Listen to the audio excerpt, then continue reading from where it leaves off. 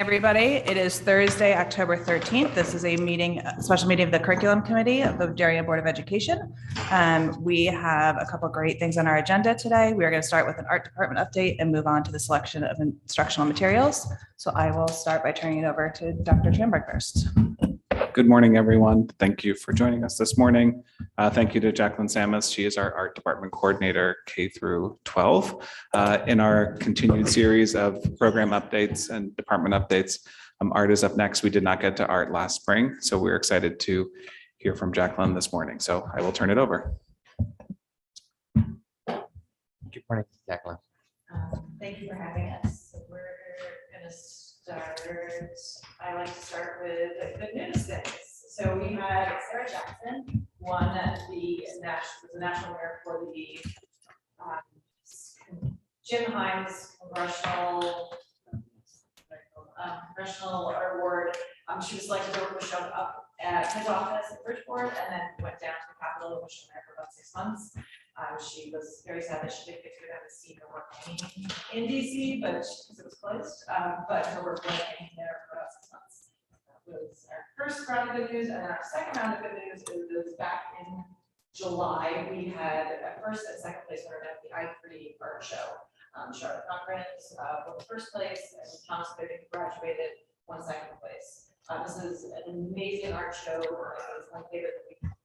Thank you. That we do all year because it has every student who enters the art show gets to be in the digital version of it. So there are about 40 to 50 pieces that hang in the actual gallery at the Bruce Museum. But if you enter it, you get in. So this year there were 875 students who entered the art show and only 45 that showed in the gallery. And somebody did the math and said it's harder to get into iCreate than it is to get into an Ivy League school percentage wise, which I just love. Anyways, we got a first and second place there. Our kind of where we're at right now in our curriculum process is this we pull from kind of our mission statement that we start off every year with just that we offer an emotionally safe and stimulating learning environment based in the fine art studio model where students can experience the joy of individual creativity, experience with media techniques and processes, and develop a more in-depth understanding of the arts. We're a very hands-on studio program. We love to just let students get in and just start working, see where they're at, and then develop their skills from there. So everybody gets to start, everybody has their own starting point and their own ending point, and we like to grow and work with each student individually. We're based off our national art standards, are the standards that we're using to develop our curriculum and what we are working with. So it's about creating, presenting, responding, and connecting. The process that every student uses, K through 12, is the thinking is our brainstorming is where we're going to start, collaborating with peers, talking about our ideas, refining our process, and then actually making it and taking a step back, reflecting. Sometimes that happens in the middle of the process, sometimes that happens at the end. And then with every project, that's kind of just our stages that we go through. Sorry, just water. So where we're at in our actual curriculum review and using the new platform is we're still at the beginning of it. We are still kind of gathering our materials, working from our old paper curriculum, and then we're going to this year spend a lot of time updating the new platform and putting our materials online that way. So we'll spend the spring PD days working on, winter and spring working on that. Instructional time. So elementary students have art 1 time per rotation. It's about 30 rotations in the school year. And then they have those 9 kind of extra art periods that happen throughout the school year. So for a total of almost 40 class meetings per year. At the middle school, we do have art in the 6th grade 1 time per week for the entire school year. And in 7th and 8th grade, it's for 1 quarter, which is about 36 class periods. Art attracts a wide variety of students from our amazing athletes and rock star, captains of lacrosse team are taking art classes. And then, our classrooms are very diverse in that way, that we have a lot of different types of learners that are taking them. I think art is a great equalizer where students maybe that struggle in other learning or academic settings, can be absolutely amazing in the arts. And students just love getting their hands into it. And especially our clay classes are very popular. It's very physical material at the high school. And students just love working in that, getting dirty. So we talk a lot about social emotional learning as our initiatives. Our K 5 students here. This is the students, kindergartners that were working on dry erase boards. So the idea that art isn't always permanent. Art isn't always something that's going to end up hanging up on a wall or hanging up on your refrigerator, that you're going to make something and then we're going to erase it. We're going to do it again. And we're going to try something new. So just getting over that feeling that it has to be perfect that first time. So they're doing blind contour line drawings where they cover their dry erase board with paper plates. They actually can't see what's happening and just really get to look at their subjects and analyze what it is they're trying to create and making that happen on the paper. I'm stressing that there isn't always a right answer, and just to enjoy the experience of making. 7th grade, oh, there's something you're supposed to be able to click from there. All right, so in 7th grade, I wish that didn't translate, it's okay. Miss Morgan in her classroom is doing a little mood meter where they're going to come in every day. They're going to pick where they're at the mood meter, and then they have to create a drawing using that mood and an object that she's giving them. So some of the examples that we had were pears, and they have to draw the pear, but then incorporate where they're at in their mood meter on that. In their pear. So it was a peavy pear was my example, and an angry cup of coffee, a enthusiastic lamp were some of just the examples that students had. So just kind of thinking about where they're at in their own art process, and if they're coming in one place, kind of realizing that their own experience in the art room is going to be affected by that feeling or that mood for the day. Oh, I had to click the next button. Somebody, it's my first time working with one of these. So can we actually click on no. To see those examples? There's no way. If you thought it was access to anybody with the link. If you click right on the mood meter itself is the, yes. Maybe. Oh, yes. Okay. So there, second slide down is our PV pears or tired pears. Okay. So, and then pumpkins was the next one. So we had a hyper pumpkin. Chickens were the subjects, a chill chicken. So these are just little kind of 5-minute warm-up activities that students get to do at the beginning of class, get them thinking in their kind of artistic brain, sketch out a little bit before they jump into their projects. And we have our ghosts. So you're seeing a lot of different solutions to the same prompt from these students. All right, and then back. Thank you, Michelle. Here we go. All right, so some highlights from the elementary. So with Hispanic Heritage Month, students that were studying Miro, they watched this lovely video about talking about his process with line and shape and form and color. And then students were all given the same prompts kind of every day that they had to work from, but then you can see all their different solutions to the same prompt. So the first day was draw 2 lines across the paper, and then they had to have the shapes and the patterns and the forms and kind of building them upon those. So that was happening. This is 5th grade at Tokenique. Kindergartners, we really start off with just thinking about line and how they're using their materials. So they were doing some collaborative drawings on large pieces of paper. It's nice that we're all getting back and close together again and working collaboratively on these large drawings. You can see a whole class working on about a 10-foot piece of paper there. And then we're going to move on to our middle school. So 6th grade is working on Zentangles. The 6th grade does a lot of, thinking about line at the start of the school year, designing inside their subject or outside their subjects. And then their class Zentangle that they're working on.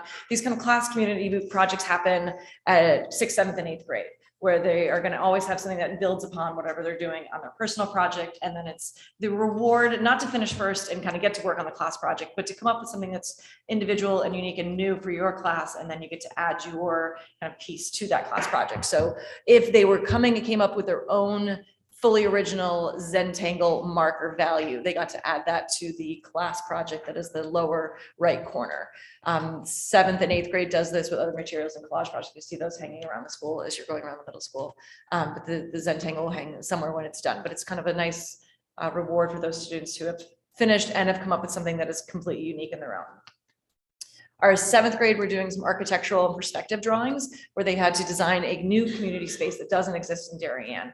And then they had to think about who is it for, what is the access to it, what is its purpose, and depending on which the clientele for who it's for might determine, if it's for kids, then there might need bike parking racks there, or does it have to be then walkable from different schools or the center of town, or if it's a big field space, where is that going to fall into our community? Designing then the building that is existing, the layout of the entire park space. So we're looking at the roller skating rink that we don't have, I don't have yet, maybe. And then where are they going to park? And then the perspective drawing of the top one had a new park space with this tree house. That was happening. This is all done by 8th graders this fall, sorry. All right, then some highlights for what we start working on at the high school with our Ceramics 1 classes. There are 8 sections of Ceramics 1, so a lot of kids are working on this project with these themed boxes. So you have to pick your own theme, think about designing it in the round. Every side's gonna have its own original image, and then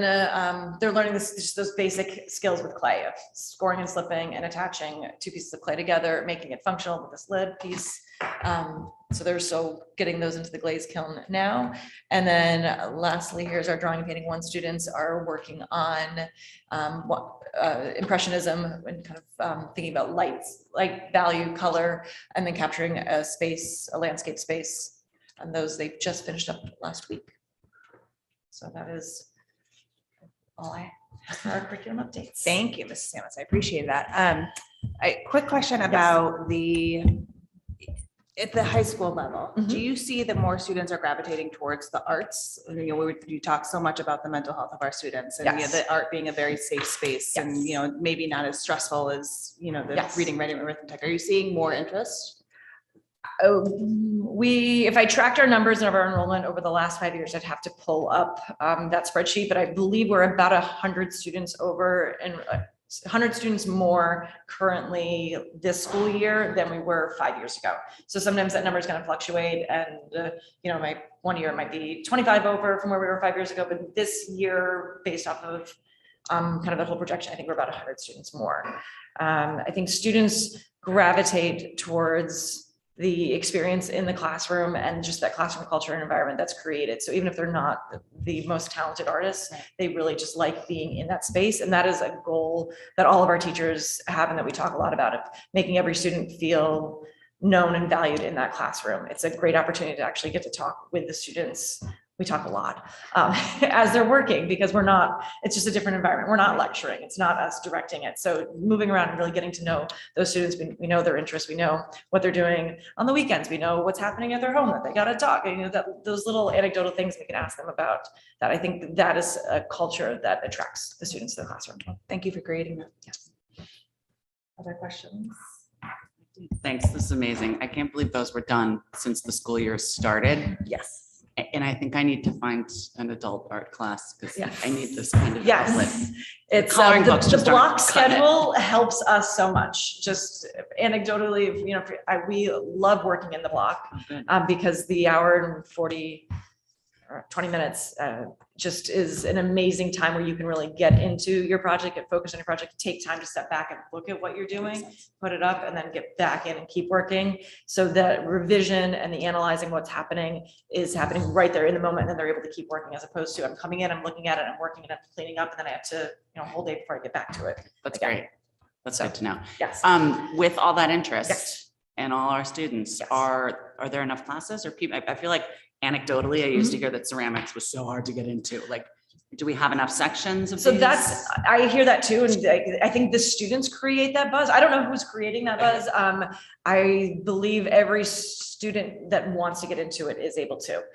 There have been years where we've had 8 sections of Ceramics 1, which means it's offered every period of the day over both days of the block. So there was always a spot. If for students who aren't able to get into it, it's usually because of other classes that they're taking. At the higher level classes, I feel is where the challenge happens, because if they are in that French 5 class that is only offered during period 2 and AP drawing painting is only offered during period 2, then they have to make a choice. But for our entry level classes, students, I believe, are getting all their first picks. I'm not hearing of anybody come back saying I couldn't get into such and such a class. That's great.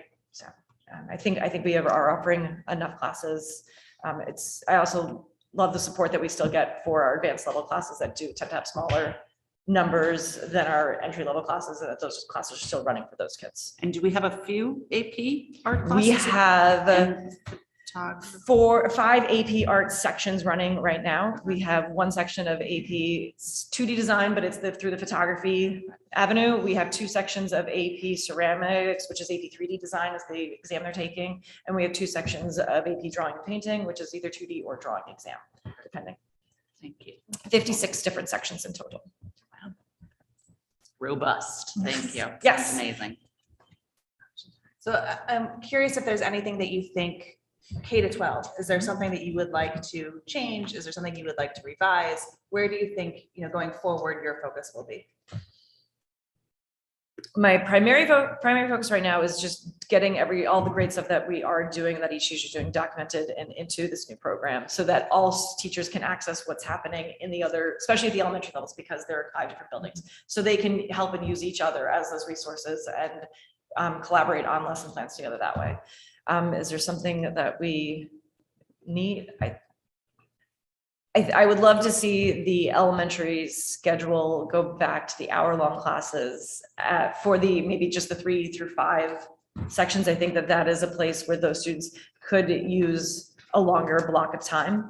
But that's what I'm hearing from my teachers is what they would like, but they also understand the way the whole school operates. This is not what we're dealing with, and they still get the same amount of contact time with the students with those extra classes. So they make that work. And in terms of the elementary art classes, I assume and I hope that all 5 teachers are working together. Do they do the same project? Like, is it the first unit of kindergarten is the same and everything? Or do the teachers have the autonomy to choose within a certain?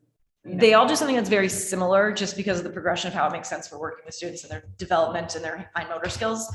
They don't do identical projects necessarily, but they all have the same experience. So every 5th grader is going to get a printmaking unit. Every kindergartner is going to deal with line is to start, and then they're going to deal with color and mixing color. They love to share and collaborate on different projects and kind of steal each other's resources in a good way. So they end up doing a lot of the same stuff, but it's never going to look the same because each teacher brings their own spin to it as well. But they are walking into 6th grade confidently. And the 6th grade teacher knows exactly what skills every student from every elementary school has had and experiences that they've had. So when they get to 6th grade, they've all had. They have all had the same. Excellent. Same skills, same concepts, and just with each teacher's little twist. Thank you. Further questions about art? No? No, my only comment would be, which doesn't really have to do with you specifically, would be that because that ceramics thing comes up every year, that kids have this, I can't get in, I can't get in, I can't get in. So during that orientation in 8th grade, when they should tell kids, by the way, we just make more sections. Yeah, I mean, Every year it happens. so I will talk to the school counselors down at middle school and make sure that everybody knows, because again, Get the word out. if 200 students sign up for it, we will have 200 sections, not 200, we'll have enough spots, because that means we don't have as many digital photography sections. So we have the teachers and we have the space. Right. And we have the amazing kilns to Yeah, make it's it just all. unnecessary stress. It they put is on unnecessary themselves, stress. and it's silly every year. All right, thank you. Thank you, Jacqueline. Appreciate your That was time. awesome. Thanks, Jacqueline. Oh, sorry. I just want to recognize her, Jacqueline, just for, she's one of the leaders who are K through 12. And the nature of the discipline itself, the creative nature of that is also reflected in her leadership, and the talent of the kids and the talent of the our students. And it's just it's a phenomenal option for students to pursue. And appreciative of the board support, the community support of the arts as we continue to move forward with this. We have the right people in place and the right programs, and I just want to recognize her. Thank you. I will add just one more thing, that we do feel that support from the board, from the town. We have everything that we need. I know with the budget season coming, we're starting to think about that. I mean, the resources that we have access to is amazing. And every year we keep getting it, and it's great because the students get to make wonderful pieces with fine quality materials. So, Thanks. thank you. All right, Dr. Thank you very much. We will move on to our second agenda item. Thank you. So this agenda item focuses on the selection of instructional materials. The first few slides will look repetitive because they're really taken from the presentation that I gave to the full board in September of last year. And then we dig deeper into some explanation of those things. So we will always make that connection to our mission and vision because that is why we do what we do. And the three main gears that turn curriculum are the standards and frameworks that exist for every content area, our vision of the graduate, which we have built into our EduPlanet platform, and we'll make those connections K-12, and our district strategic plan. This is our curriculum development cycle. It's always important to point out that Darian's approach to curriculum revision is, we call it a responsive process. So we respond in real time to changes in needs, which means we reflect every year. There's not a moment in time where we look at all English at the same time and do an audit, so to speak. So we're always in a process of inquiry related to where the units stand. Interestingly, the NEASC visit happened this week at the high school. And one of the questions I got as a follow-up from the committee was, can you talk to me about your curriculum process? Because we're not clear.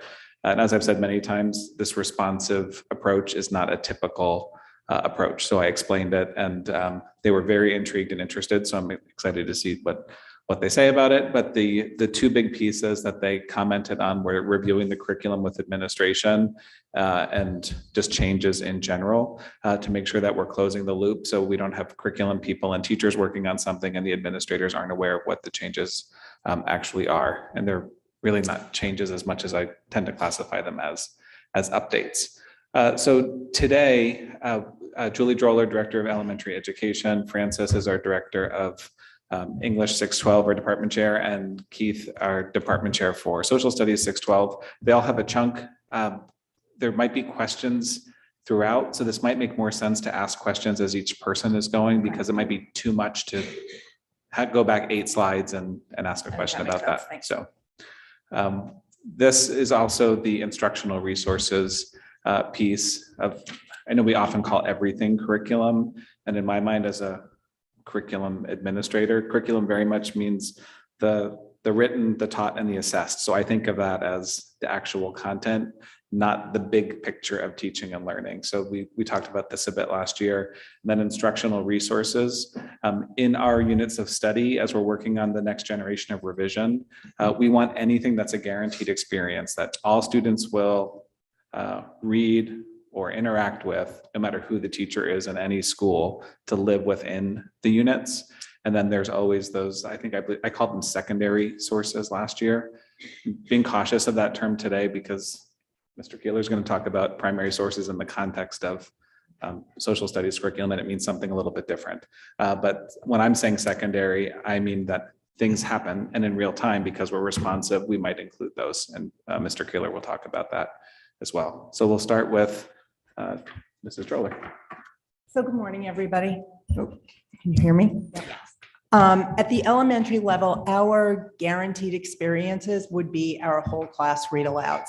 And they primarily come from the texts that are aligned with our Teachers College reading and writing units of study. So they are selected by Teachers College. Their process for selection is very similar to ours. They rely on trusted resources, American Library Association, publishers, award winners, Kirkus Book Review, Horn Book Review, New York Times Book Review, all of those, like Caldecott, Newbery, all of those award winners. And of course, for the read alouds, they are books that support the goals of the unit. So whatever reading or writing strategies, those would be texts where they really pop out. They're also generally, for whole class read alouds, a little bit lower level, because that's what the teacher is modeling and demonstrating. And when I talk about independent reading, you'll see the transfer. For our content area and our social emotional learning, those books are chosen by our curriculum teams, and really heavily guided by our library media specialists, who are our experts in choosing books from all of those resources. All of them also are vetted by communities. In Teachers College, they have communities that read and review their books and field test them in classrooms. With us, the same thing. Our committees read and review those books. So those are our guaranteed experiences for for teaching, for modeling, for teachers thinking aloud and fostering class discourse, and then books for independent partner reading and book clubs, chosen the same way. Some of them are purchased by central office, some of them are purchased by individual buildings.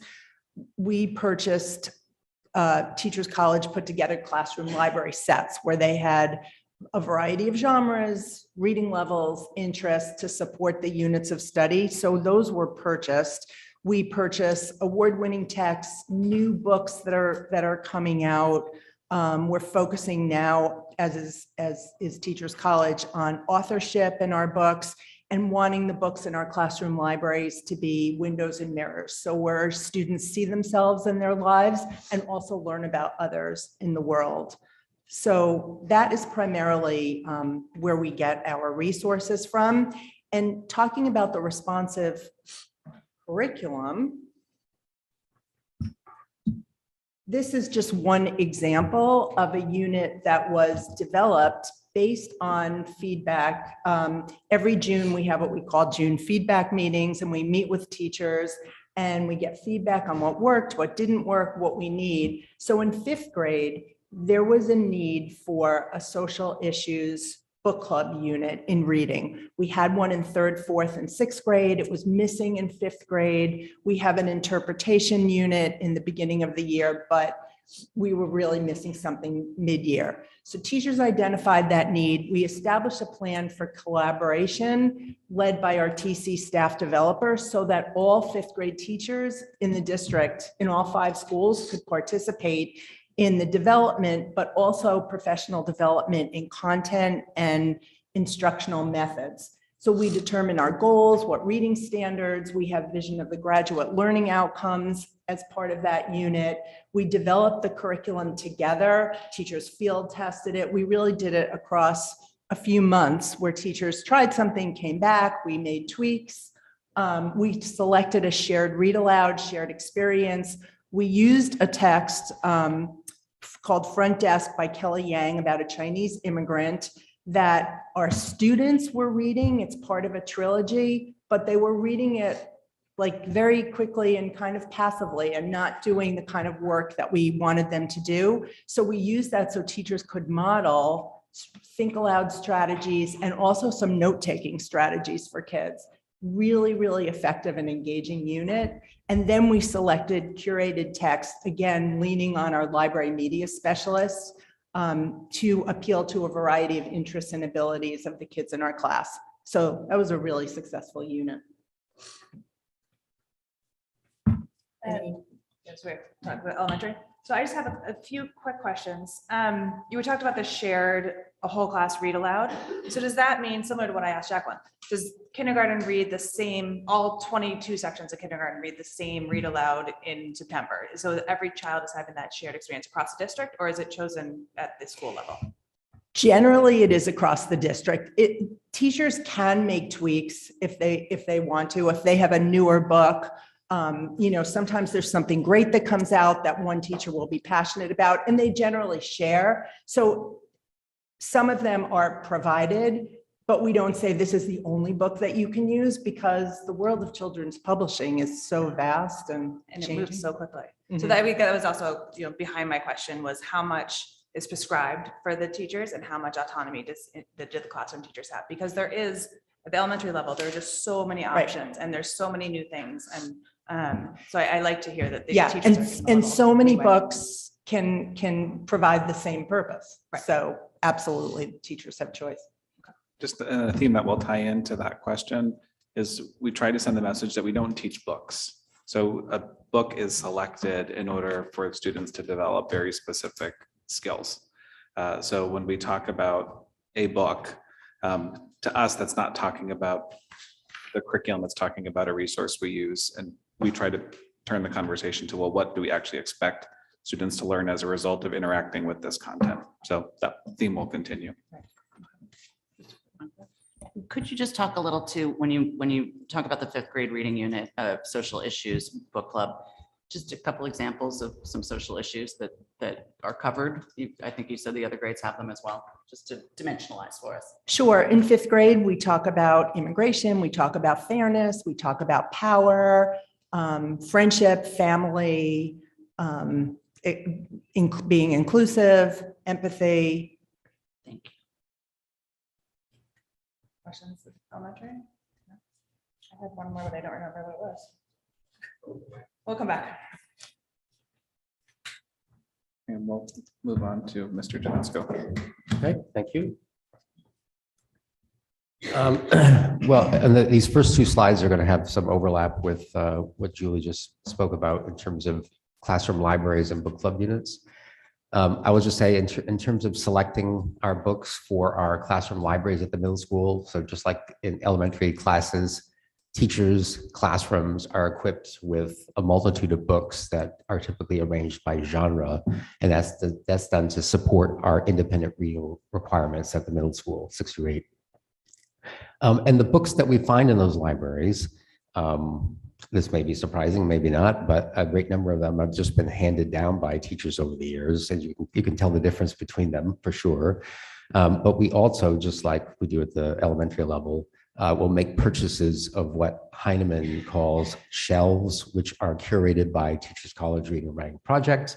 And it might come with 35 books that are meant to augment the study of a given genre, and those will be in the classroom as well. Certainly, we try to pay attention to what kids are reading, and if they have books that are popular that are not on our shelves, we will keep our eye on that, and we'll add that to our list of potential books that we'll purchase for our classroom libraries. We also get feedback from our librarians, and we will, just as Julie said, we'll look at award-winning texts, and we'll augment the books that kids have in the classroom libraries through those means. Now, for the independent books, the students are expected to have one at all times. They're doing a reading log that follows their work in those books. They don't have to choose a book from the classroom library. They could choose one from the town library. They could choose one that they have at home, but we're just giving them a resource to augment their independent reading. If we could go to the next slide. So just like at the elementary level, we have book club units. We have them at the high school as well, but predominantly when we talk about book club units, we're talking about the middle school. At the middle school, most of our book club units are focused on a genre. So for example, memoir or nonfiction or mystery or dystopian novels. Those are some of the genres we study at the middle school through book clubs. Typically, the way we do things is that we'll use the books curated by Teachers College Reading and Writing Project as the books that we'll start with for the students' options for those book club selections.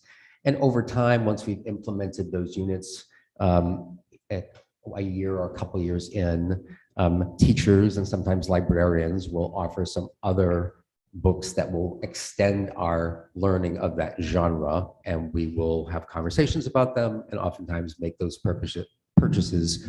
So, a book club unit 3 years in will have maybe a few books that were curated by Teachers College and a few that we added to round out that unit. I will just pause for a minute and say that we have replaced books at the middle school unit, at the middle school level for book clubs, when we have deemed some of the books that may have come from Teachers College as maybe having content that was maybe the mature content outweighed the value of those books. So we have done those replacements. And I should even add, at the middle school level, we have replaced summer reading, where for a variety of reasons, we felt that a given selection was inappropriate for a given year, and we have done that as well. So I just want to make it clear that at the secondary level, we do intervene and make these kind of choices along the way. I'm going to move along to the high school, and which is sort of the land of the whole class novel. Can I just interrupt for a second Sure. and ask a question about 2C because it's Yep. not used at the high school level? So We seem to be relying very heavily on the TC Reading Writers Project for instructional materials. And I would just love a little background on what do they do to vet the things that they suggest to districts? And also I know, full disclosure, I'm an alum from decades ago, but they have changed, the Reading Writing Project has changed their, their thinking a little bit in the past couple of years. And how is that reflected in what they're suggesting now? What do you mean by the last couple of years changes? I think so. Julie can speak to it probably more. The Lucy's ideas have shifted a little bit, and Lucy Calkins is the head of the Reading Writing Project. In terms of authorship, Yeah, particularly, Yeah. yeah, they're looking for books with own voice authors. They're looking for more diverse and culturally relevant books. They're looking for those books that appeal to where kids can see themselves in the classroom and learn about experiences outside of their world, but within the world the bigger world that they're living in. But typically, when they curate a unit, they, New York City often is the testing site for a lot of those units. So Right. they're always in development. So they'll test them, they'll get a sense of what readers are engaged by. And they use some of the same resources that we spoke of in terms of award-winning texts. They know authors personally. So there's a lot that goes into it before they arrive with us. I would say at the middle school level, one unit in particular that sort of reflects the authorship question that just came up is our contemporary classics unit that we have at the end of our 8th grade experience, and which does have some text with some mature content in it. But part of it is, our thinking is we save that for the very last unit at the middle school, thinking that our 8th graders are on the verge of the transition to the high school, and we want to give them that opportunity. So that's by design. Are there other questions about? no, Okay. so it just seems, just the vast nature of TC within our district. Like, so you are all very confident in what they are suggesting to us. Yeah, and as Julia said, and I have said, over time, it's not one size fits all, and some of the texts that they curate for some of our units aren't really that engaging for some of our kids, and some of those fall by the wayside. We keep the ones that they are engaged in, and we typically augment with some other titles. So I guess it's what you're saying. It's not a one size, we don't buy the shelf and that's all that's on the shelf. Right. Like, we are augmenting with other stuff that our That's right. students are excited about. Yep. Thank you. So at DHS, where, as I said, we do have book club units at the high school, but predominantly we have whole class novel experiences for our kids. And, you've all experienced this before, where a teacher chooses a text and the kids read it, and they read it incrementally and discuss it as they go along. At DHS, for our courses, what we try our best to do is balance the classic with the contemporary. A text that is a classic has a strong purchase of the hearts of our English teachers, and they tend to invest a lot of time and energy into the classics, but often it's the contemporary text that we feel like our kids are more engaged in because they see their world reflected in them. So we try to strike that balance as much as we can. At the high school, when teachers are requesting a new book, our process requires a conversation. So at the high school, almost every course is taught by multiple teachers. Just about everything has at least 4 or 5 teachers who teach sections of the same course. So we have a conversation with all of them to make sure that they're on board with it. And then they draft a rationale for why they think that this would be a good fit for the curriculum of that particular course. And then they identify any potential text that we might remove based upon, adding that particular one. And just, it's not like they're pulling books willy-nilly out of the air. They are typically reading reviews. They are looking at award-winning texts. And, I would just say, I'll pause here and just say that one of the, as someone who's taught in this district since 2003, one of the great privileges of working in this district is the responsiveness that we have enjoyed as teachers, because, there'll be an award-winning, Nobel Prize-winning novel that we are afforded the luxury of pulling into our curriculum, the next year. And so this is not something that's typical in a lot of districts in our country, and we all realize it, and we all, I think our kids benefit from that. And I think that, you know, they go off to college having experienced and been exposed to some powerful stories that are really current. And I think that that helps their transition there. Anyway, when making our decisions about purchasing texts, I want to emphasize that our decisions are primarily on the literary and narrative elements of a given text. Those are the core of our conversations that we have with our kids in our classes, and we design lessons around them. And so if a text doesn't have that material, then it really isn't worth our time, and it's not going to create the kind of conversations that we really need our kids to have. So those are the primary focal points of what we're looking for in a text and adding it to our curriculum. And I'll just end this particular slide by saying that just like at the middle school, we certainly have examples of teachers requesting books that sometimes it just didn't seem like the timing was right, but ultimately it would have been, you know, something about the text, whether it was deemed inflammatory or too mature, that the mature sections would have outweighed the literary value of that given text, and those requests were denied. So unless there are questions about the process, I have some examples at the high school that I'll focus on at the end. And so I want to really draw our attention to three. The first two are the result of our work in English 9 Accelerated, and the last one is our work with English 10 Honors. And all of these book decisions were made 2 summers ago. So this is the second year that we have had students reading these texts in the class or as summer reading. So I'll just start with English 9 Accelerated. And in revising the curriculum for that course, the first semester, the focus is on coming of age stories and coming of age novels. And the conversation, in that conversation, there were a lot of potential texts and titles bandied about, but the teachers landed on Great Expectations, Charles Dickens, published in the mid-19th century. Can't get more classic than that. Story of Pip and the coming of age story.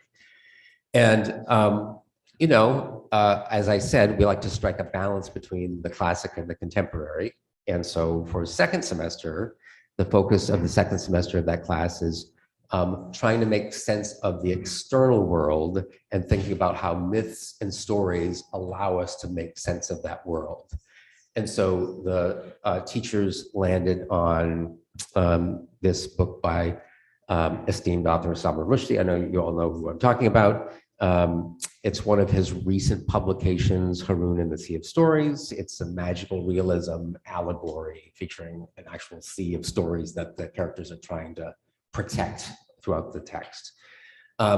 So the author is very esteemed, and he's won every prize there is, and we've all heard of him even recently in the news because, you know, he has been a mouthpiece for anti-censorship efforts, you know, throughout his lifetime based on his publication of a book early in his career.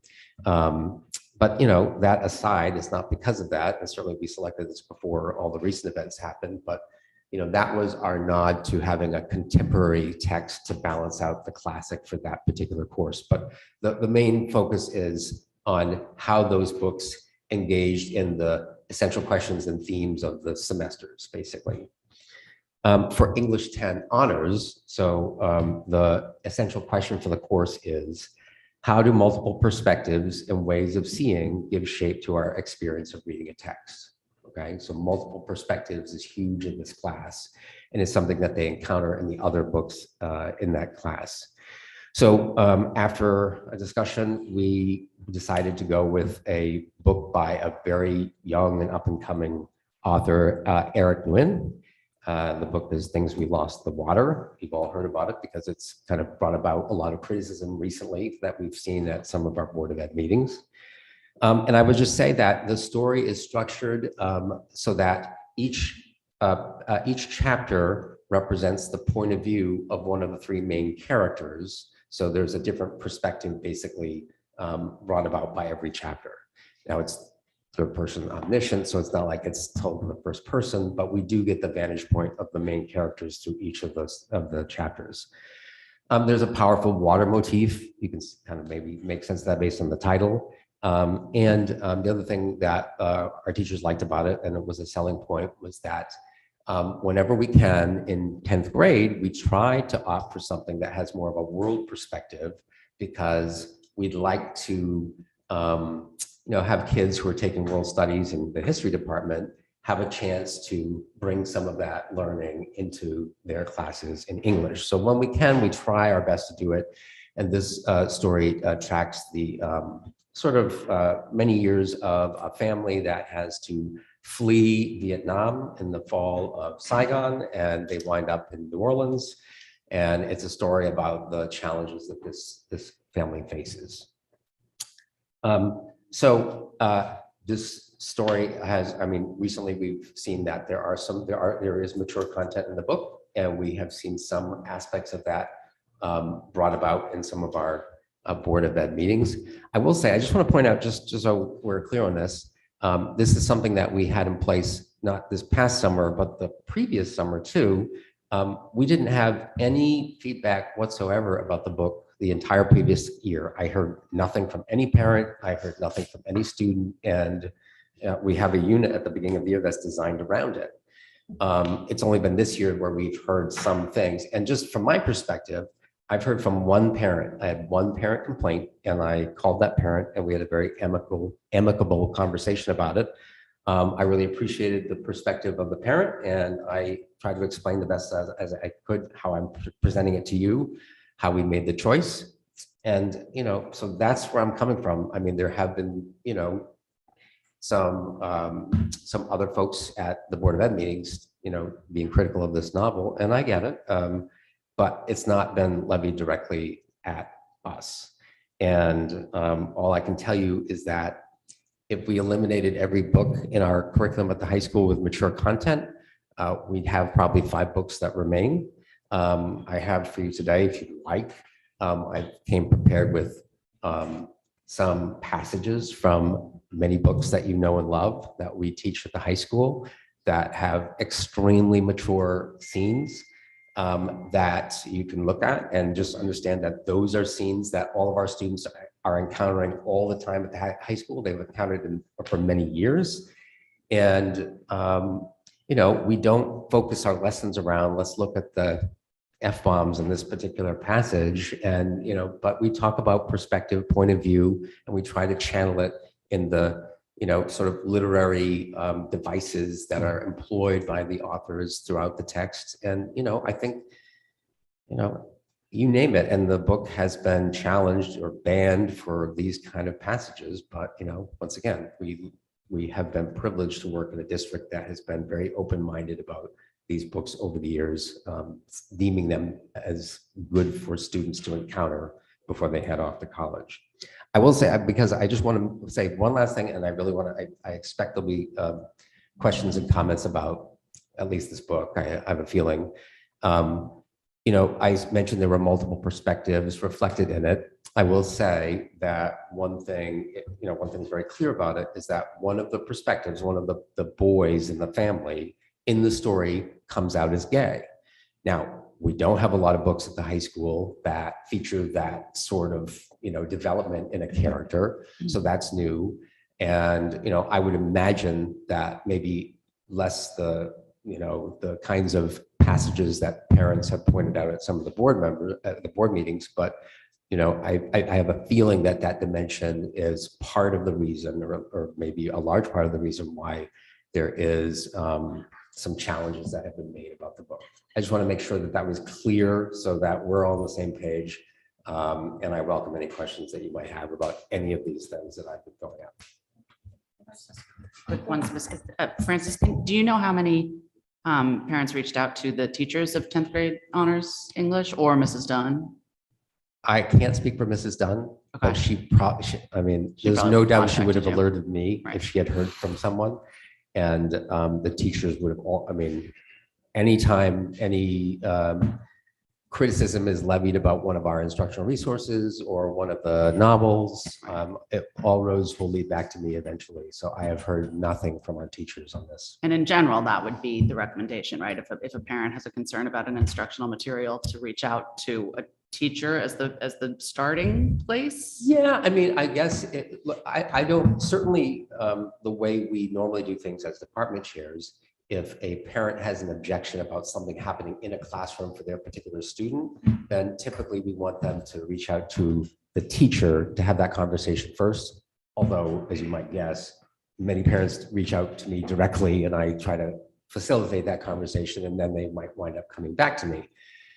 When it comes to, this kind of resource, because it's used for all the sections of a given course, I think that makes sense that they would reach out to me.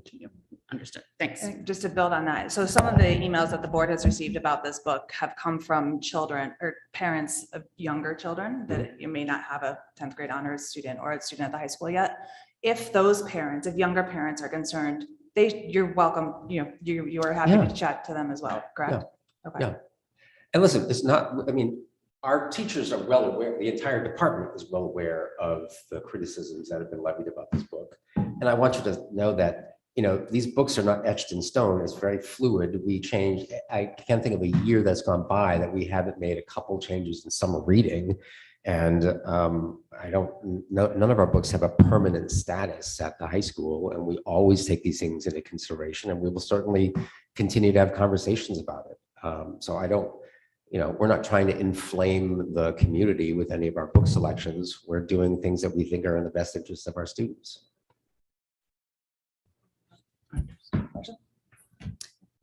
Okay, so I have a couple comments. One, I don't have a dog in this fight. I have a senior and I have a son who goes to private school. So two, I have spoken to a lot of parents about this book, and I have suggested they reach out to the board as a whole or reach out to administration. And often, whether it's true or not, they are afraid of repercussions for their children. So that is a shame. Three, in all the conversations I have had, nobody has ever said anything about the boy being gay. Nobody cares about that. Okay. It is about the over-sexualization. They could care less whether that is boy, girl, girl, girl. So to assume that's what it is offensive. But I'm not assuming that's the case. I just want to bring that as a possibility. So, but I understand. Can I ask for a clarification? Can you help me understand what the fear of repercussions means? What exactly, They're in the English department, that something bad will happen to them? They're afraid their kid's going to get a bad grade. Everyone's trying, everyone is afraid that their kid is going to, I have heard it so many times, not just about English, about everything. I don't want to, say anything because I'm afraid my kid's going to. Now, I have said, listen, I have been vocal for years, right? Clearly, my daughter has never had any repercussions, right? And I have said that it's not a thing. It is a fear that people have that is false. I've never heard it about academics. I'm sorry. Oh, no. I've Yeah. never All the come to time. mind. I've heard it so many times, and I've always told them that it's absurd. Clearly, as we know, my daughter is. Well, and obviously we, as Sarah just pointed out, a number of the complaints that we have heard come from people who don't even have students in the high school and or in this course. So those individuals also fear repercussions to their students academically? Yeah, and they also, people are also, they look at one thing and they look at, what's happening elsewhere. And we know how long things take in schools, right? How long did it take to get a, AP in English, right? Second AP, like these things take forever. I mean, we're still talking about, accelerating math for 20 years, right? Things take a really long time to move. So people with young students do look at high school and think, well, what's going to be there when my kid gets there? Or how long is it going to take to change? It's very illuminating. It's also important to point out that the board level is not where specific book or instructional issues, where concerns with those should be directed. Like the board as a whole doesn't have, we will not say to Mr. Janowsko, you can't use this book anymore. That's not our purview. So if parents in the district are having issues or have concerns or questions, they need to go to the teachers and the administrators in charge. We're happy to hear those concerns, but we can't act on those concerns. Yeah, I would invite, that to happen. And I know it is happening on a sort of central services kind of level. But yeah, I mean, look, we want to have feedback on this. I will echo what you said about parents having a fear. I mean, this is just across the board. It's not about this particular book or any issue, but as I'm sure Mr. Keeler will say the same. I mean, for any circumstance that a parent brings to a department chair, there is almost always some line about, I'm hesitant to do this because I don't want to have any reprisals or whatever. We do our best to, allay those fears because, I'll just say that, people get into the teaching profession because they want to help and support students and not, take out their vengeance upon them. So, but, so that part, that's very valid. So I just want to make sure that that's clear. But, I'll just say that, I've given you a sense of what we do when we make our book selections. We're doing our best. And we're doing our best to, put our kids in a position to learn and have conversations and read books that we value. Do we think it would be valuable to share or make available what you referenced, examples from other well-known and widely accepted books used for teaching that also include? Yeah, I mean, similar. I'll just say that I want to look. I'll just say if people want to have a conversation with me about the book, I want to make sure that they've read the book. Right. And I think if you read the book, there are some scenes that have not been brought about or have been focused on in some of the emails that have been sent to the district that we can have conversations about. But I think that if you think, pretty much any of the core classic texts that you would expect that we would do in high school, on my list, Catcher in the Rye, Curious Incident of the Dog in the Nighttime, The Things They Carry, The Outsiders, The Glass Castle, Slaughterhouse-Five, Death of a Salesman, Grapes of Wrath, Their Eyes Are Watching God, Romeo and Juliet. Let me just tell you, it's really hard for teachers to have a unit on Romeo and Juliet where sex doesn't come up because it's available in the entire play. So I'm just saying that there's not a scene, but but there isn't really a scene in Things We Lost in the Water either. So anyway, look, is this the first time we've had a book challenged? No. Is this the last time? It won't be. What I am very pleased by, if I can just make a shout out here, is that we redid our English 10 curriculum over the summer, and we're concluding right now a unit on banned books. And so just about every book on this list has been banned over the course of time in America for one reason or another, because the community didn't find them viable or were offended by some element of them. And it's been eye-opening for our kids because basically the books that they're reading for an independent selection in that unit are classics, but they've been banned. And so it gives them a chance to read something they've always heard about and know that it was banned, and they're reading it through the lens of, why did this book get banned? And so the assessment that the kids are doing at the end of the unit is a very authentic one, I think, is that they are writing a letter to our superintendent, either defending the book or advocating that the book is banned. So they have a chance to do that with what I think is a pretty authentic task. And our superintendent has been gracious enough to read at least some of the selections culled by our teachers, and he will be giving them feedback on it. So who knows, maybe the videotape of this meeting will be a piece of that unit next year. I don't know. But all I'll say is that, when teachers make book selections, and at the high school, there is nothing more vital for the teachers than the book selections that they make. that are the basis of the units in our high school. And to the high school teachers, these books, all the books that they teach have a sacred quality to them that they really probably don't have for us. I include myself among them, the teachers of the high school, that is, who find them sacred. And certainly we try our best to explain to the students why we find these to be great works of literature. But, we like to think of them as powerful and, life-affirming and life-changing kind of texts that the kids read. And so anytime we have discussions about this and about elements of literature, a part of us, we don't, look, I'm not saying that we're happy that there's been a lot of criticism directed at this particular book, but we're talking about a book, and that's not a bad thing, So thank you.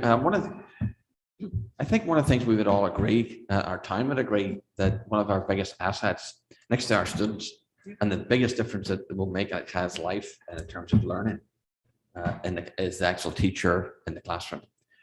So the quality of our teachers, the capacity of our teachers, the thoughtfulness of our teachers, the intelligence of our teachers, and the leaders that you see this morning, that's something that all of us on the board and everyone actually really, really supports. So I just want to reassure people that the selection of these, as you can see today, right, and the thoughtfulness of the presentation, that there's a lot of thought and discourse that goes into the selection of the books.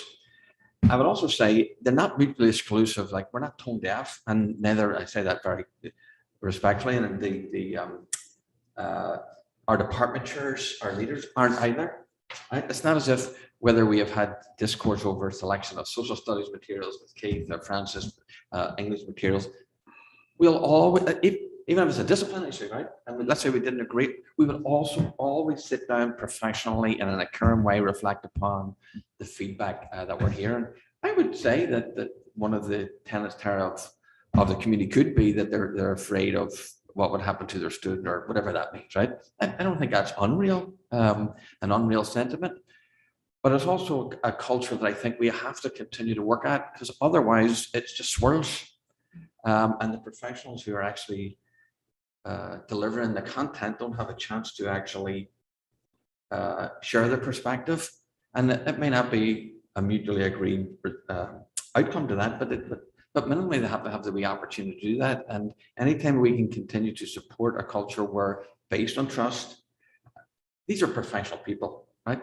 We're in the profession because we care about kids. We're not going to, like, the idea of retribution and so on and so forth. I understand it comes up. I understand it's a real thing, but anything that collectively we can do to continue to promote that sense of trust with our staff. It's not that there should be any disagreements or otherwise. You hear that today people are open to that discourse. I would just continue to encourage that where we can, because it's the best way to really resolve something and actually get to facts. And if there's a difference between those, then that's fine. And if there's not, maybe there can be a resolution. But I think that today's discussion actually is very important, and it's a positive experience to have actually in this discourse. Yeah, can I just add one thing, just because I don't want anyone leaving offended, because leaving meetings offended is never a good way to end any meeting, and we still have some more to go. The Francis's comment, there was an article in Ed Week a couple of weeks ago regarding critique of books right now, and the national critique that's happening does happen to be books with LGBTQIA+ characters and things related to immigration. So that's kind of part of a national thing that's happening, and this book happens to be both of them. So we're just naming that. And I also do want to name, because we're really talking, I think there's less than 10 people that we've heard from collectively, but among the 10, one person did write that I don't want this title selected or any other genderqueer books for kids. So that is part of it's probably 6. Yeah, and that was coupled, I'm going to say it, with my name should not be selecting books. And I hope you heard today, and for the record, Chris Tranberg does not sit and select books. This is a team of highly competent people. And from Jacqueline's presentation to looking at student art, it felt so good to start this meeting to hear the talents of our staff talk about the thought that goes into all of these processes. And I will echo too, I know that there's a feeling, every place I work, there's a feeling of retribution when you come to try to engage in these conversations. But like Dr. Hadley said, this is a group of professionals who want what's best for kids. Every one of us, every single day in this town, no matter where we are on any spectrum, want what is best for kids. It's like a shared goal we have. And if we can center ourselves on that in every conversation we have, we'd be in a different place most of the time.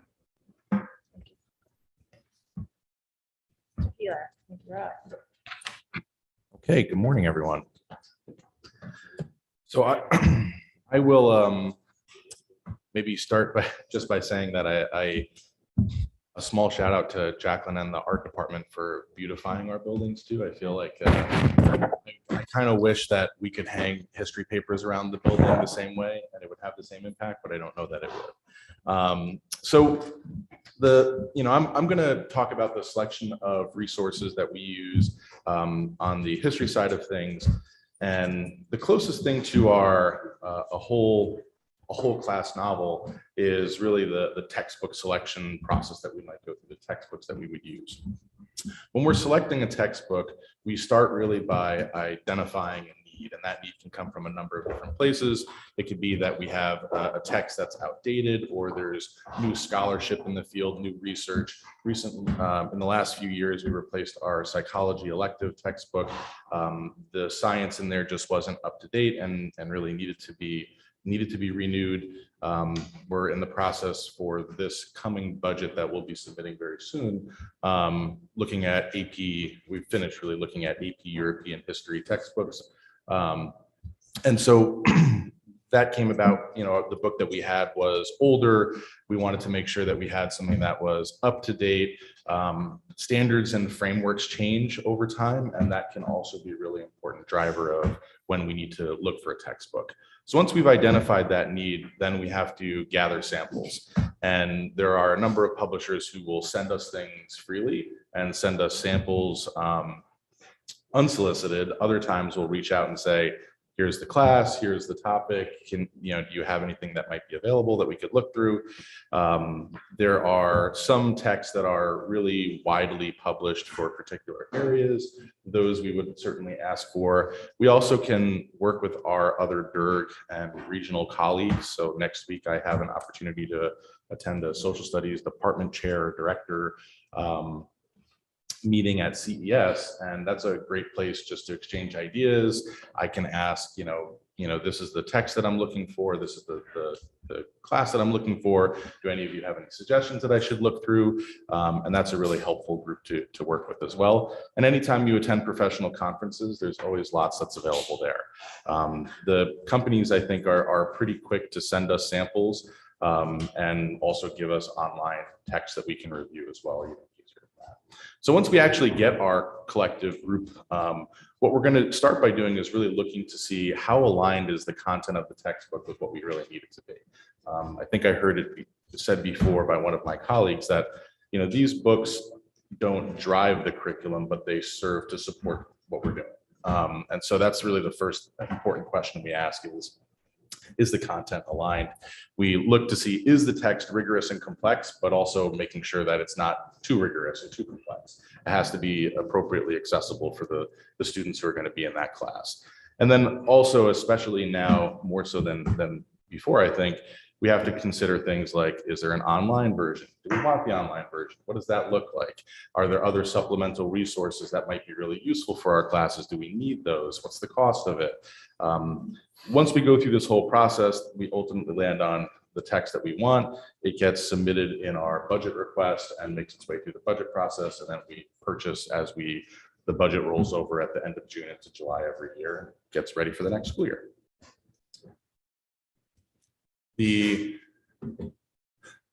One of the other kind of main sources that students will look through when they're taking history classes are, we might call like student sources. So there are going to be things that we ask students to go out and find and look for. It's important to note, though, that this is a responsibility that is gradually turned over to students in grades 6 through 12. So we don't start in grade 6 by saying, let's start Googling and see what we can find. We're really careful about how we do this. A lot of the material that you find in 6th and 7th grade and 8th grade tends to be very curated. So here is a pool that we want you to look through to find the information that you might need. We're trying to be careful that students have something that's readable and accessible, but also content appropriate for the age group that we're working with. When you move into like the high school, that's where you might find, like in a 9th or 10th grade research paper, students are really being encouraged to go out and find additional sources, see what they can discover on their own. Written into our vision of the graduate is the competency of curiosity. And so we want nothing more than students who, because of the work that we're doing in class, say, I actually was looking this up on my own and I found this really interesting and I want to know more about this. So we are almost always going to encourage that. The times where we're going to really pull back and ask students not to seek additional input is when the assignment is such that part of it is designed to assess how students read and understand material. So a good example would be like in a document-based question in a DBQ that we would give in a history class. Those assignments, we ask students not to go out and seek additional input because we're really trying to see, can you read and interpret the chart, the map, the primary source, the political cartoon, whatever it might be. So those are the times where we would really say, stick with what we're giving you right now. When students are turned loose or eventually turned loose to do this, it's only after they've really been taught to evaluate sources, and I've given you some sample questions on the right side of the slideshow here. These are some of the things that they have to consider. Is this source current? Is it reliable? Who is the author? Where does it come from? What's the purpose? What's the perspective? These are things that over time we start even in 6th and 7th grade, even though they're not going out and seeking a lot on their own, we're starting to build that competency early on so that they have the ability to do it as they mature through the grades.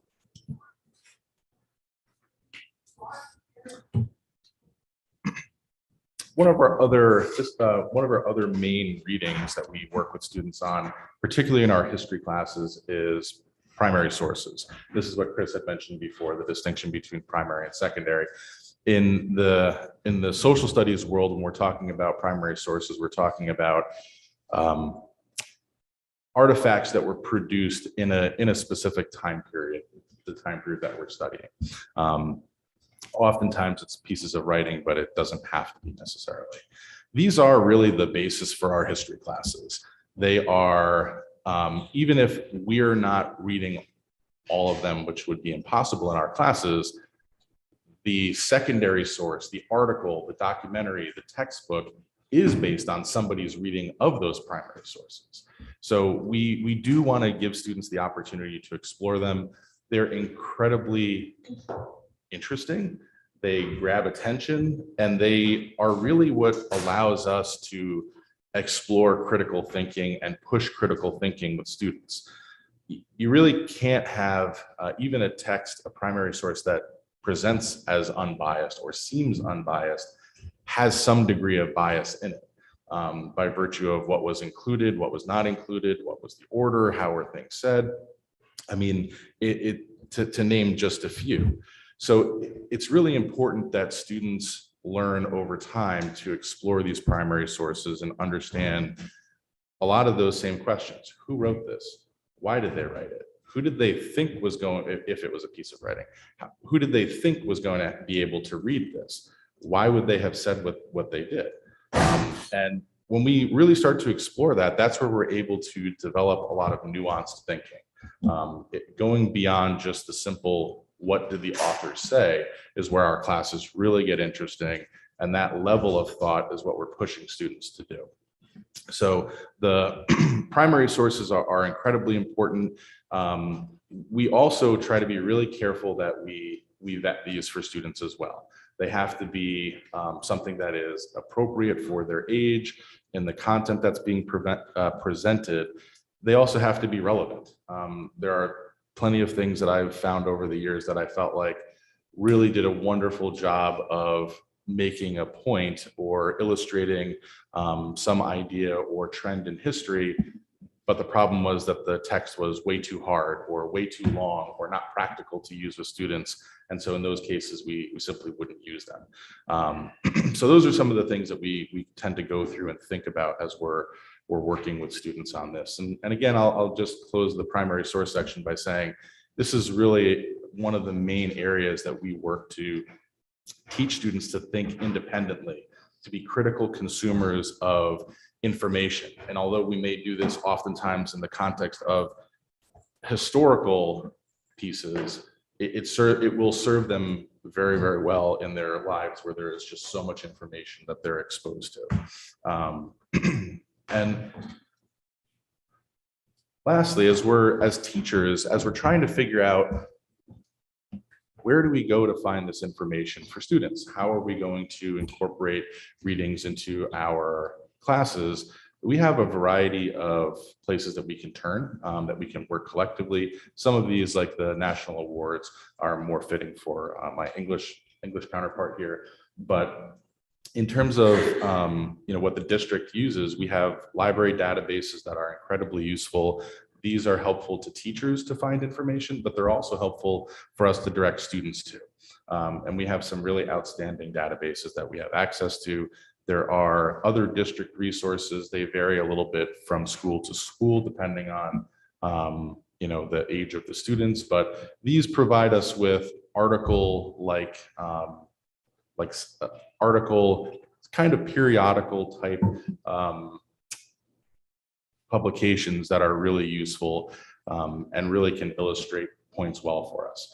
In terms of web resources, there is so much that's been digitized over the years in the world of history. So for a lot of colleges or historical societies, they have really large digitization projects. And so there's so much that's available right now. To name a couple, there's the National Archives is a really wonderful resource for us. There are modern and ancient history source books that are out of Fordham University. There's many places that we can go, and we employ the same strategies we teach our students.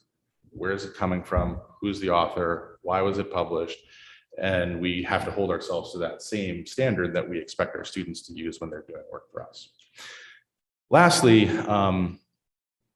in terms of current events, this is probably one of the areas where I think students really look to their social studies teachers. When something happens in the world, they often look to us first. And it's interesting now because something can happen over lunch. And, particularly at the high school, students will have access to their phones really easily. And there may be these alerts that are going off, letting them know this breaking news, this is going on in the world or nationally. And so when that happens, we take that responsibility of dealing with what's going on in the world very seriously. And I think the way that we tend to approach this is really to start by answering students' questions, because oftentimes they come in just having questions to say, well, why and what is that? Who is this person? And so we try to give them some basic information in the moment, and we'll try to field some of their questions. And some of them we have to say, that's something we should really explore. I'm not really sure about that. We try to be responsive when things happen that are relevant to our curriculum. And again, there's a whole variety of places that you can turn to this.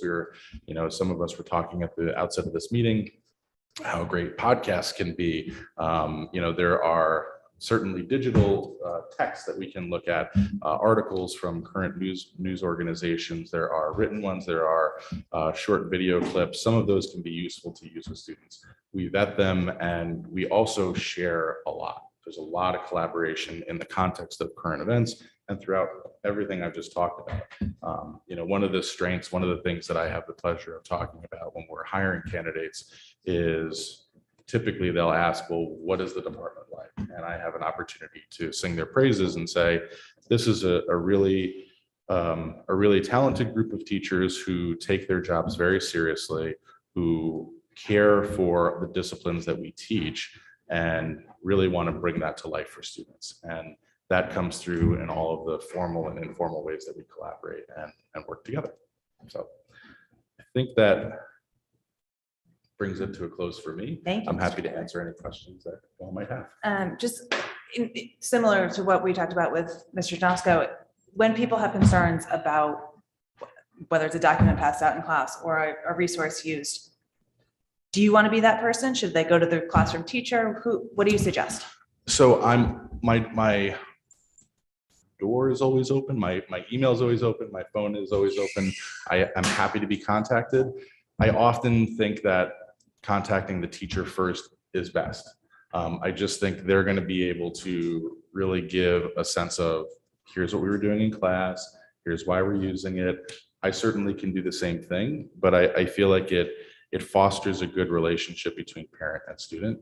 I think with what Ms. Worm was saying earlier, I hear that a lot when parents do talk to me as well, that they're concerned that they, can you leave my child's name out of this, that I want to talk to you about X.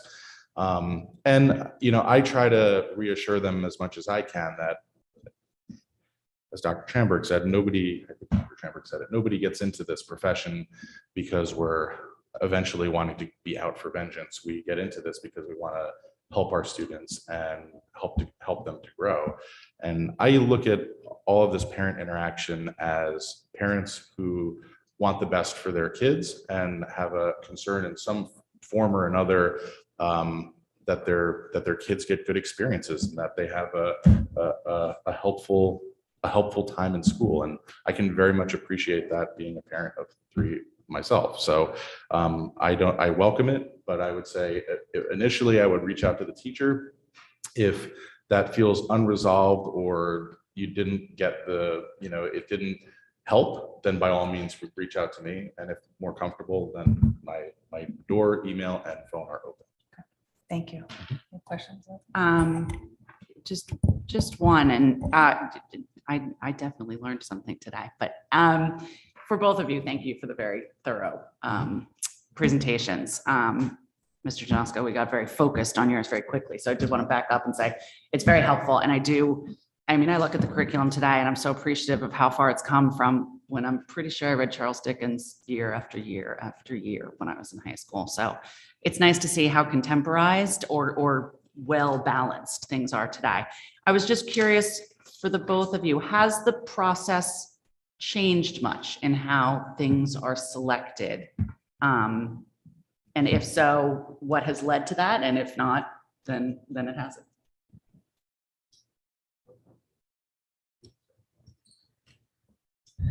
In some ways, it hasn't changed much.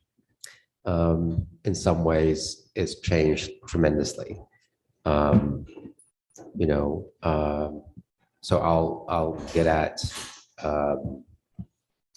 how it hasn't changed.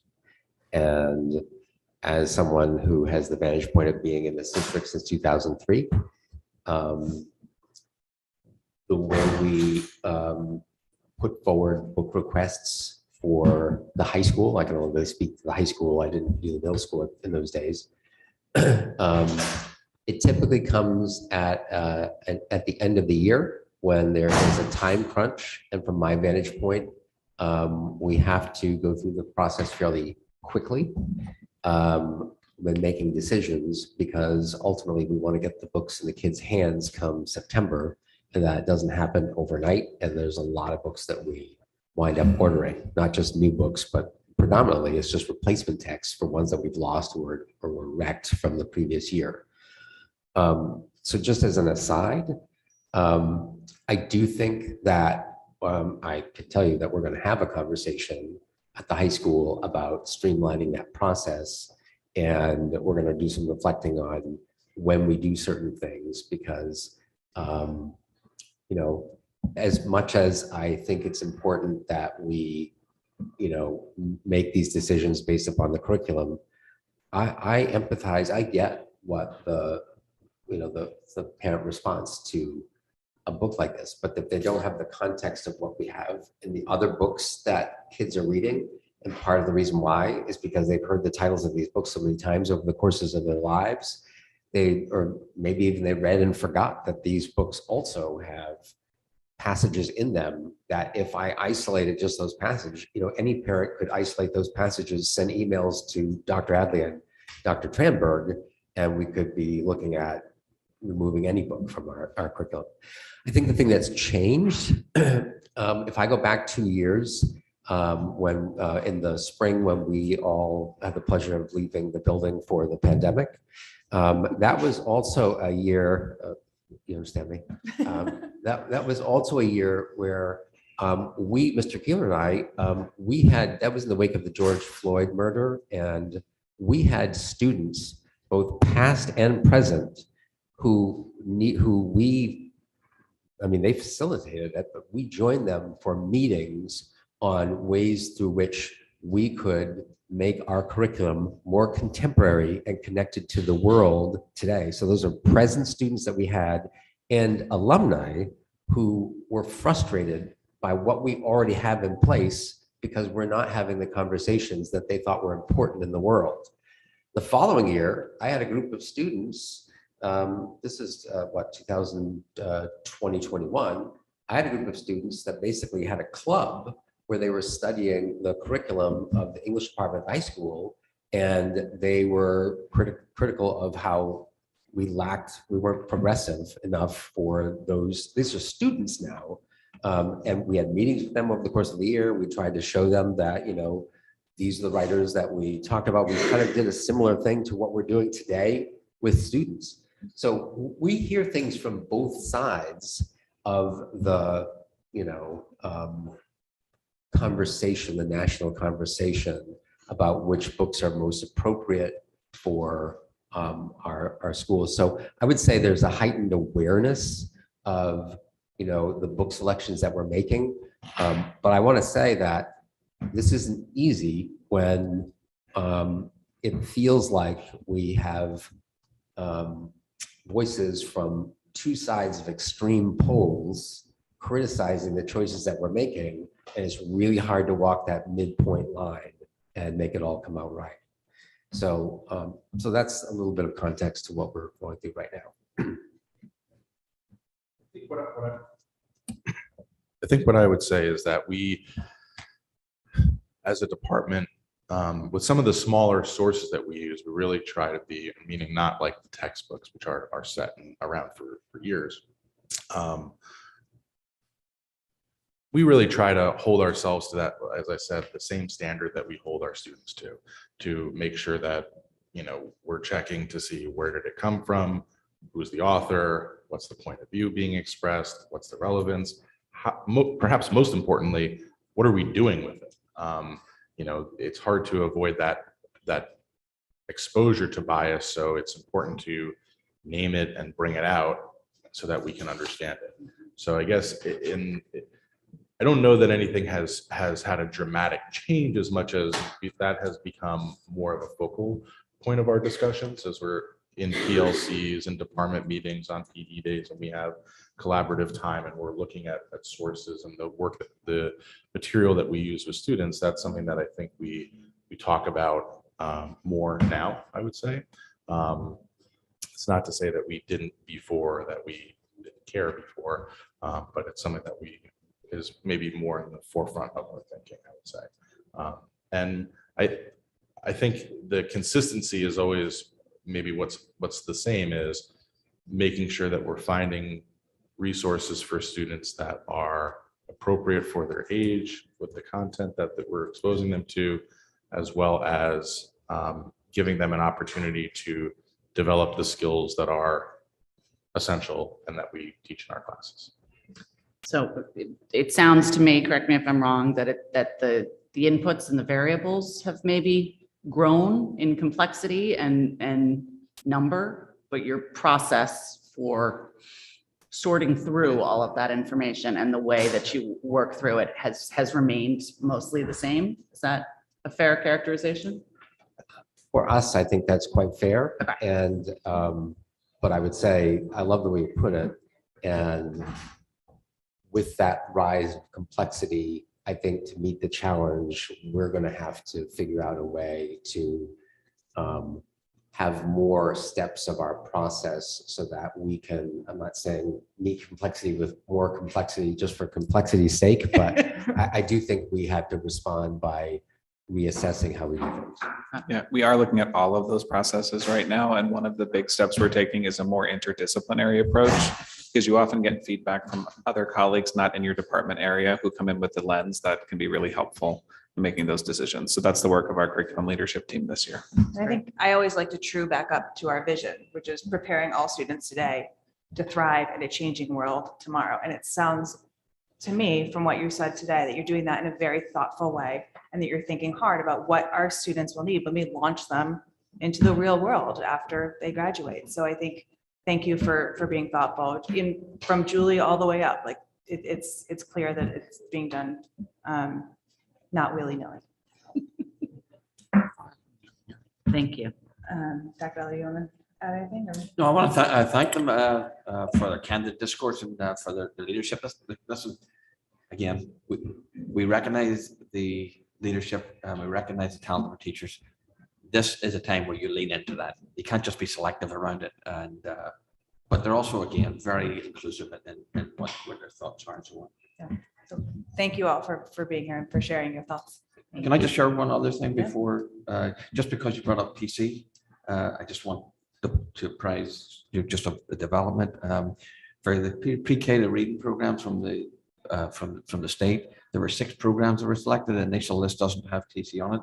As you know, we supplement our programs with Heckerty and foundations and so on.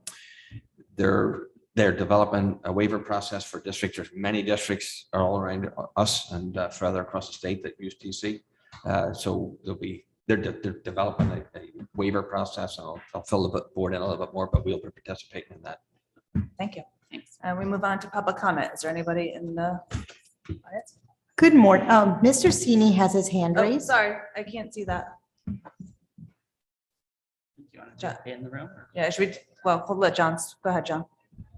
I didn't expect special treatment, but thank you. Can you hear me? Yes, we can. Go ahead.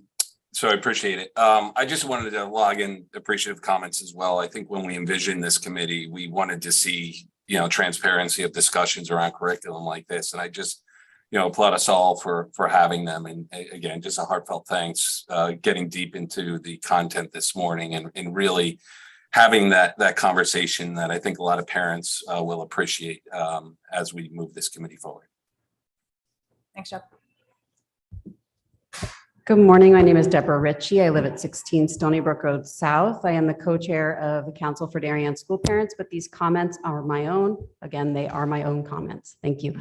I just want to thank the Darien Board of Education for their passion and dedication to educating our children. I thank you for the hard work. I thank Dr. Adley for your leadership. And I want to thank Chris and Francis and Keith and Julie and also Jacqueline for your leadership. I want to thank you for challenging our children.